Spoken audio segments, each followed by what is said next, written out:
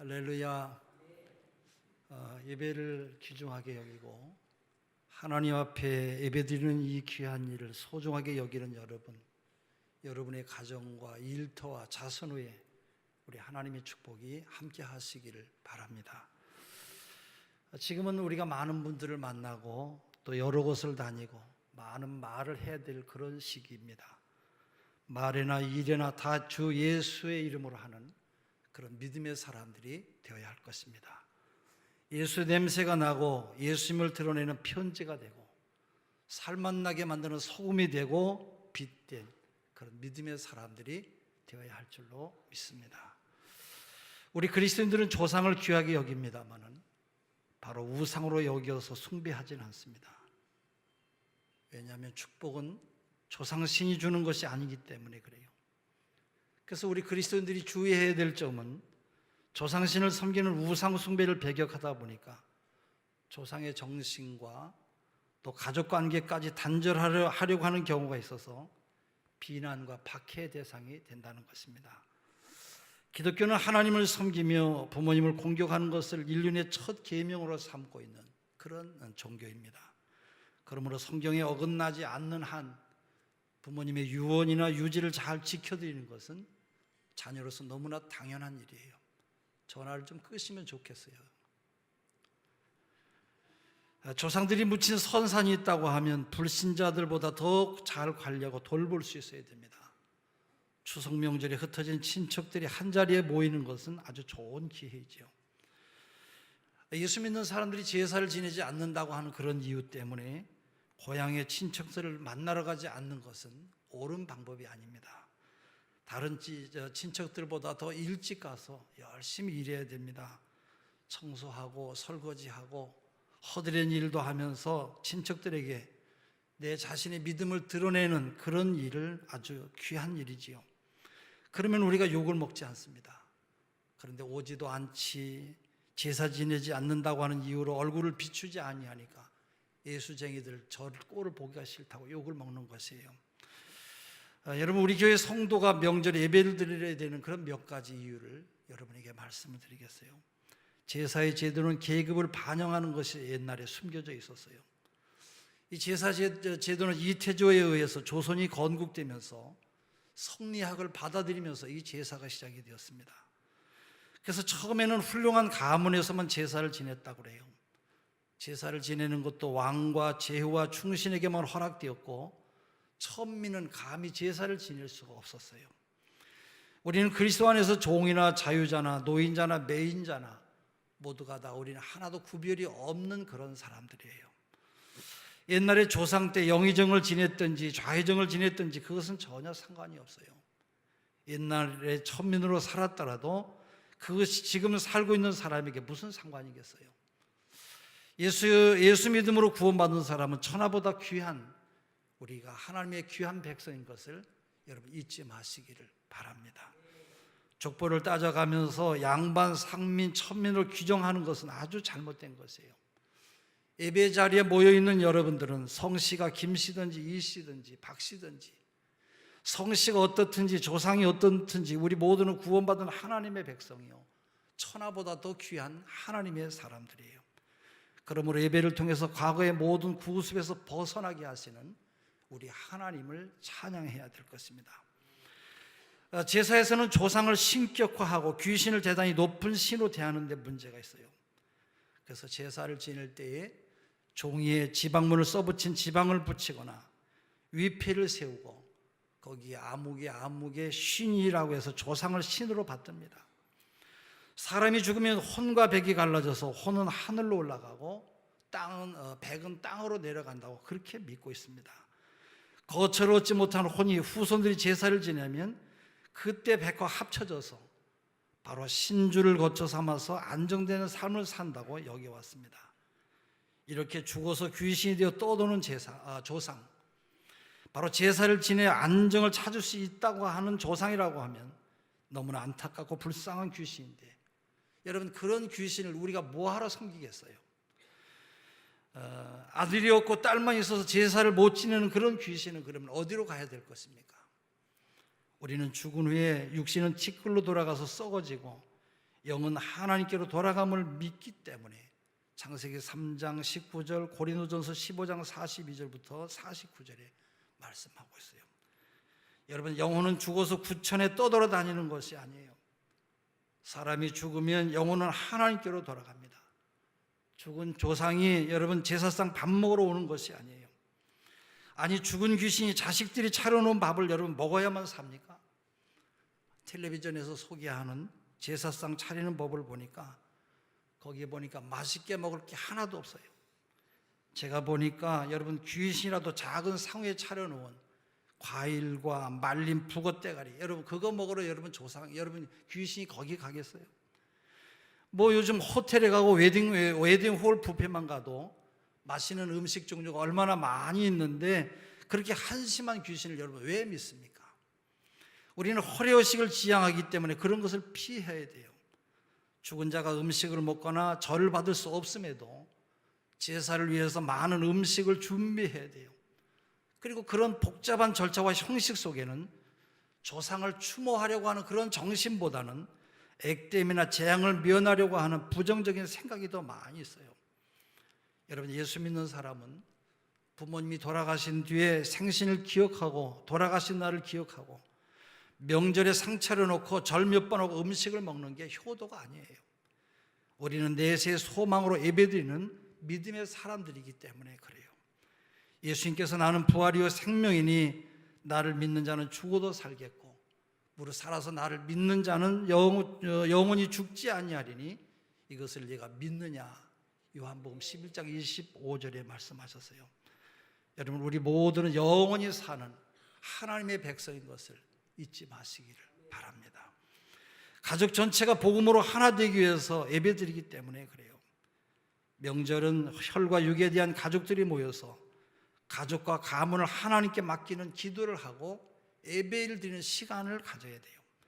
제사를 지내고 먹고 마시는 시간으로 끝내는 것이 아니라 바로 예배를 통해서 하나님 앞에 가족과 가문의 미래를 맡겨버리는 그런 엄숙한 순간이 돼야 한다, 그런 말씀이에요. 혈과 육에 속한 가족 관계가 그리스도 안에 있는 영원한 생명의 관계로 이어지기를 원하는 그런 기도 시간이 되어야 합니다. 고향을 찾아서 가족을 만나고 조상을 추모하며 보내라고 전통과 간섭을 귀하게 여겨서 추석을 앞뒤로 해서 3일을 공휴일로 정했어요. 그러나 요즘 일부 사람들은 전통을 지키려고 하는 그런 사람들도 있습니다만은 대부분은 자기들이 즐기는 연휴로만 생각해요. 그래서 최고의 여행 기간이 되어서 바로 최고의 많은 여행객들이 국내로 국외로 바로 여행을 떠나고 있어요. 엊그제 신문에 보니까 60만 명이 해외에 나간다고 했는데 또 어제 보니까 배로 비행기로 100여만 명이 해외를 떠난다는 거예요. 여러분, 추석 명절에 꼭 이렇게 돌아다녀야 되는 것인지요? 우리 생각해 봐야 될 것이에요. 사람들은 어디를 안 가면 무슨 큰 일이라도 난 것처럼 생각하고 어디론가 자꾸 가려고 그래요. 우리가 이런 때 꼭 우리가 기억해야 될 것이 있어요. 우리들도 꼭 가야 될 곳이 있다라는 거예요. 우리들은 나그네가 아니에요. 나그네는 목적지 없이 방황하는 그런 사람을 말해요.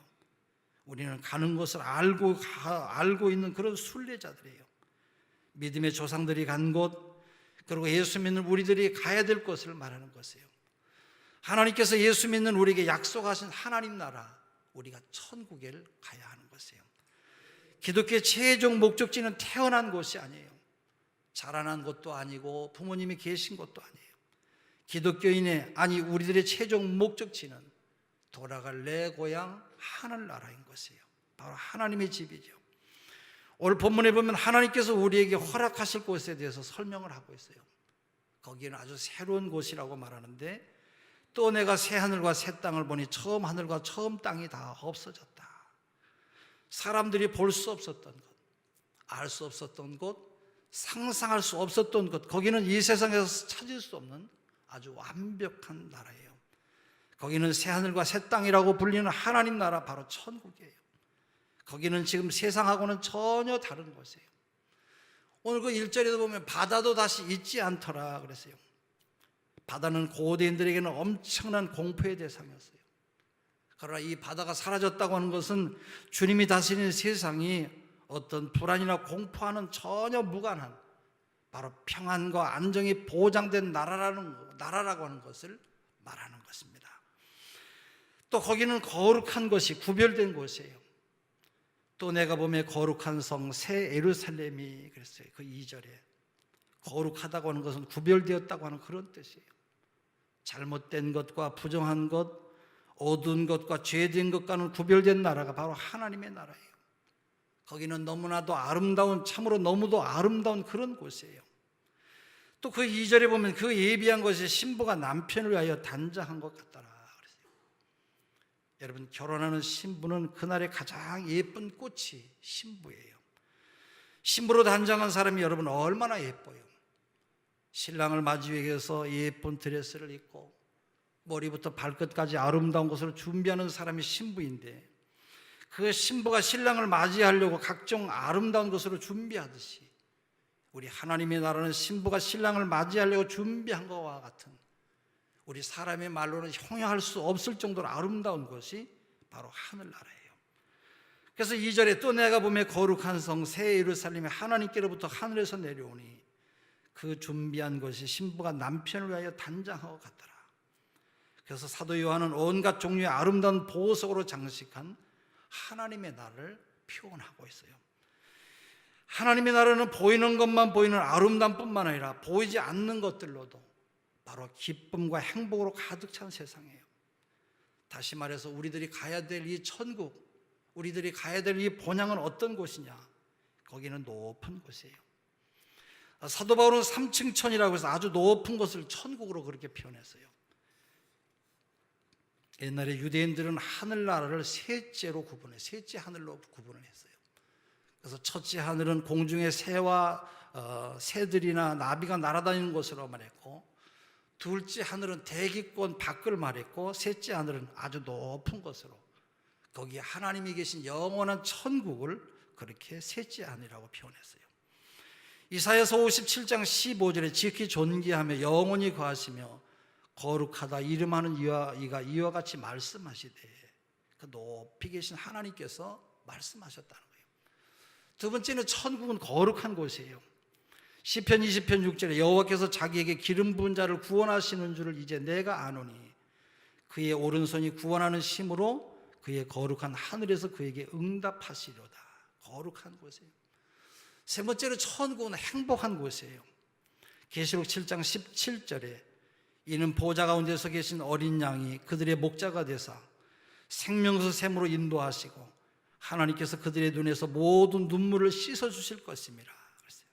아픔과 슬픔이 없는 아주 행복한 곳, 바로 그것을 말하고 있어요.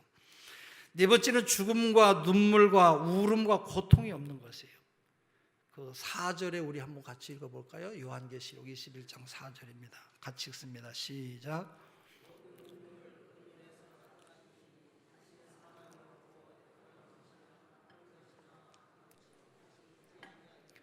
처음 것들이 다 지나갔음이라라. 예, 처음 것들이 다 지나갔대요. 그 다음에 또 요한계시록 22장에 천국의 모습을 말씀하고 있는데 그 첫째로 보면 1절과 2절에 생명수가 흐르는 깨끗한 강과 12종류의 과실나무가 있는 아주 풍요로운 곳으로 말하고 있어요. 우리 1절, 2절 같이 읽을까요? 시작. 또 그가 수정같이 맑은 생명수의 강을 내게 보이니 하나님과 및 어린 양의 보좌로부터 나와서 길 가운데로 흐르더라. 강 좌우에 생명나무가 있어 12가지 열매를 맺되 달마다 그 열매를 맺고 그 나무 잎사귀들은 만국을 치료하기 위하여 섰더라. 예. 두 번째는 저주가 없는 아주 완벽한 곳이에요. 3절에 다시는 저주가 없으며 하나님과 그 어린 양의 보좌가 그 가운데 있으니 그의 종들이 그를 섬기며 그랬어요. 그 다음에 완전한 섬김이 있는 곳이에요. 그 3절이 그렇게 말씀하지요. 네 번째는 완벽한 친교가 이루어지는 곳이에요. 그의 얼굴을 볼 터이요 그의 이름도 그들의 이마에 있으리라 그랬어요. 다섯 번째는 완전한 영광이 있는 곳이며 그곳에는 등불과 햇빛이 필요 없는 아름다운 곳이에요. 22장 5절에 그렇게 말씀하지요. 같이 읽어보겠습니다. 시작. 다시 밤이 없겠고 등불과 햇볕이 쓸데없으니 이는 주 하나님이 그들에게 빛이심이라. 그들이 세세토록 왕노릇하리로다. 예, 왕노릇하리로다. 쉽게 말씀드리면 요한계시록에 표현된 천국은 인간의 말로는 표현할 수 없는, 상상할 수 없는 것이 바로 천국이에요. 사실 말이라고 하는 것은 똑같은 단어라고 할지라도 뜻이 다양하기 때문에 우리가 쉽게 알 수가 없어요. 특별히 우리나라 말을 끝까지 들어보지 않고서는 무슨 말을 하는지 잘 알지 못하는 경우도 많이 있어요. 부모가 자식이 부모를 사랑하는 것도 사랑이고요. 선생님이 제자를 사랑하는 것도, 또 제자가 선생님을 사랑하는 것도 사랑이라고 말해요. 남녀간에 서로 좋아하는 감정도 사랑이라고 그렇게 말해요. 또 배라고 하는 단어에는 과일에 속하는 배가 있고, 우리 물에서 타고 다니는 배라고 하는 그런 교통수단이 있어요. 또 우리의 몸에서 배가 있고요, 곱하기 할 때 배가 있어요. 애매모호해요. 이렇게 똑같은 한 단어로 배를 사용합니다마는 그 의미와 쓰임새는 다르게 사용이 돼요. 이처럼 우리 인간의 언어는 완벽할 수가 없어요. 여러분, 이런 사람의 말로 더 이상 잘 표현할 수 없는 것, 바로 그것이 영원한 하나님 나라 천국인 것이에요. 그 하나님 나라 예수 믿는 우리들이 모두가 다 주인공이에요. 여러분, 우리 예수 믿으시면 다 그 아름다운 것에 영원히 살게 되는 축복이 있을 줄로 믿습니다. 성경의 가장 중심이요 가장 귀한 약속은 요한복음 3장 16절이에요. 하나님이 세상을 이처럼 사랑하사 독생자를 주셨으니 이는 그를 믿는 자마다 멸망하지 않고 영생을 얻게 하려 하심이라. 성경의 약속은 하나님이 이루시는 것이에요. 한 곳에 언급되어서도 이루어지는 것인데, 성경 전체가, 성경 구석구석에 하나님의 나라를 설명하고 있어요. 요한복음 14장 2절 3절에 보면 내 아버지 집에 거할 곳이 많이 있도다. 거할 곳이 많다고 하는 것은 있을 곳이, 여유가 있다라고 하시는 그 있다고 하는 말로 얼마나 우리에게 감사한 말인지 몰라요. 명절에 고향에 가도 거할 곳, 등 붙이고 갈 곳이 없으면 여러분 갈 필요가 없어요. 빨리 올라와야 돼요. 그러나 있을 곳이 있다고 하는 것이 여러분 얼마나 감사한 일이에요. 또 편안히 잠잘 곳을 쉽게 찾을 수 없다고 하는 것은 아픔이지요. 날이 저물어서 모텔이 보이게 가봤더니 빈 방이 하나도 없다라는 거예요. 잘 데가 없는 것처럼 거할 데가 없는 것은 여러분 무시무시한 공포예요. 그러나 여러분 거할 곳이 있다고 하는 것은 우리 모두에게 축복인 것이에요. 그런데 하나님의 나라는 거할 곳이 많은 곳이라고 그렇게 말씀하고 있어요. 하나님의 나라는 우리들이 갈 곳이 넉넉한 곳이에요. 믿으시기를 바랍니다. 요한복음 14장 3절에 너희를 내게로 영접하여 나 있는 곳에 너희도 있게 하리라. 천국은 천국을 믿는 사람이 가는 곳이에요. 믿지 않는 사람은 절대로 갈 수가 없어요. 윌리엄 제닝스 브라이언이라고 하는 사람이 이집트를 여행하다가 3000년 된 미라 속에서 딱딱하게 굳어져 있는 마른 밀을 발견하고 한 움큼 쥐어다가 집에다 심었어요. 그랬더니 한 달쯤 지나서 싹이 나고 잎이 나더니 그 다음에 다른 밀 종자와 같이 함께 수확을 했어요. 그때부터 이 브라이언 씨는 3000년 묵은 딱딱한 밀 알갱이에서 새 생명에 솟게 하신 하나님께서, 솟아나게 하신 하나님께서 만물의 영장이 인간을 죽음에서 부활시킬 수가 없겠느냐고 이런 말을 하면서 전도하고 다녔다고 그래요. 얼마 전에 뉴스를 보니까 1800년이나 된 창포 씨를 심었더니 싹이 났다고 그래요. 1800년 된 씨에서 싹이 나고 3000년 된 씨에서도 싹이 나는데, 여러분 이 세상을 살아가는 우리의 인생은 이것으로 끝나는 것이 아니에요. 고린도전서 15장 9절에 만일 그리스도 안에서 우리가 바라는 것이 다만 이 생의 삶뿐이면 모든 사람 가운데 우리가 더욱 불쌍한 자니라 그렇게 말씀했어요. 만약에 우리의 삶이 이 세상으로 끝이라고 한다면, 아니 50년, 60년, 70년 이 세상의 삶으로 끝이라고 하면 예수 믿고 복음 전하기 위해서 선교사로 가서 오늘도 식인종의 밥이 되고 총탄에 맞아 죽은 선교사들이 여러분 얼마나 불쌍합니까? 의사, 약사, 간호사가 되어서도 인생을 즐길 수 있는 재미있는 것을 모두 다 포기하고 아프리카, 중국, 브라질, 아마존 밀림 같은 이런 곳에서 영화로운 삶을 포기하고 봉사하며 사는 사람들은 여러분 얼마나 한심한 사람들입니까? 그러나 우리의 삶은 이것뿐만이 아니에요. 만약에 우리의 삶이 이것으로 끝이라고 하면 이 세상 삶 가운데 예수 믿는 사람이 가장 불쌍한 사람이에요. 그러나 예수 믿는 우리에게는 천국이 있고 약속된 하나님의 나라가 있으니 여러분 얼마나 감사합니까? 새 하늘과 새 땅이 보장되어 있으니까 비록 이 땅에서 힘들고 어려워도 얼마든지 우리가 참고 견뎌나갈 수가 있는 것이에요. 믿으시기를 바랍니다. 종교다원주의자들은 여러 가지로 구원의 길을 말해요. 구원받을 수 있는 길이 여러 가지가 있다는 거예요.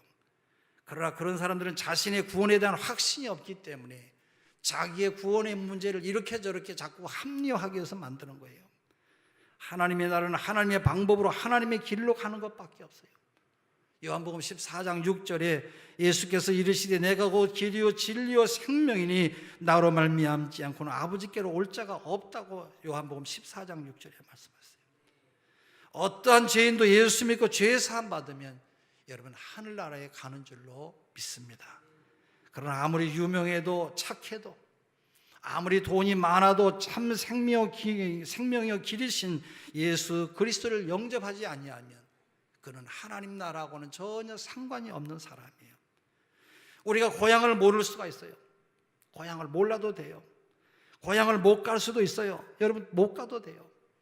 그러나 영원한 천국에 대한 소망이 없이 그 나라에 못 간다고 한다면 그는 가장 비참한 사람이고 비극 가운데 가장 큰 비극이에요. 그렇기 때문에 우리는 하나님을 두려워하며 하나님을 따라 살면서 하나님의 말씀대로 살려고 애를 쓰는 것이에요. 그렇기 때문에 자녀들에게 하나님의 말씀을 가르쳐야 되고 이웃들에게, 형제들에게, 친척들에게 바로 복음을 전해야 되는 것이에요. 우리 모두가 하나님 마음에 합한 삶을 살다가 하나님이 우리를 위해서 허락하신 하나님의 나라 천국에 모두 다가가서 살아야 할 줄로 믿습니다. 그것이 우리들의 삶의 완전한 승리예요. 그것 때문에 예수님이 이 땅에 오셨고 그것 때문에 예수님께서 이 땅에 오셔서 피 흘려 돌아가셨고 그것 때문에 수많은 선교사들이 죽어갔으며 그것 때문에 우리가 전도하자는 것이에요.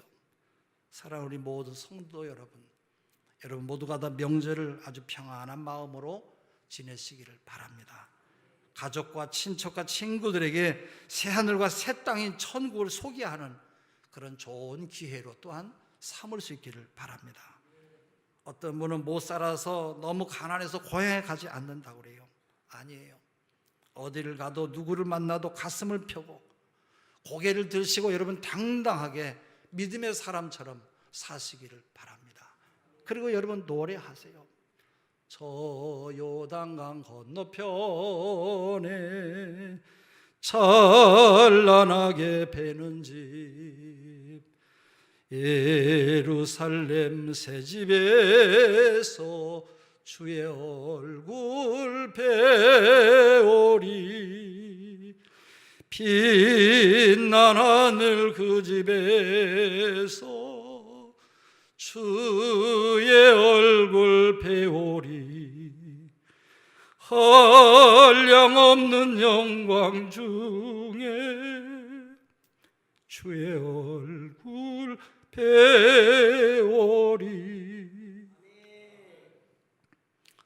가난하다고 기죽지 마시고 여러분 가슴을 펴고 힘있게 살아가시기를 바랍니다. 기도하겠습니다.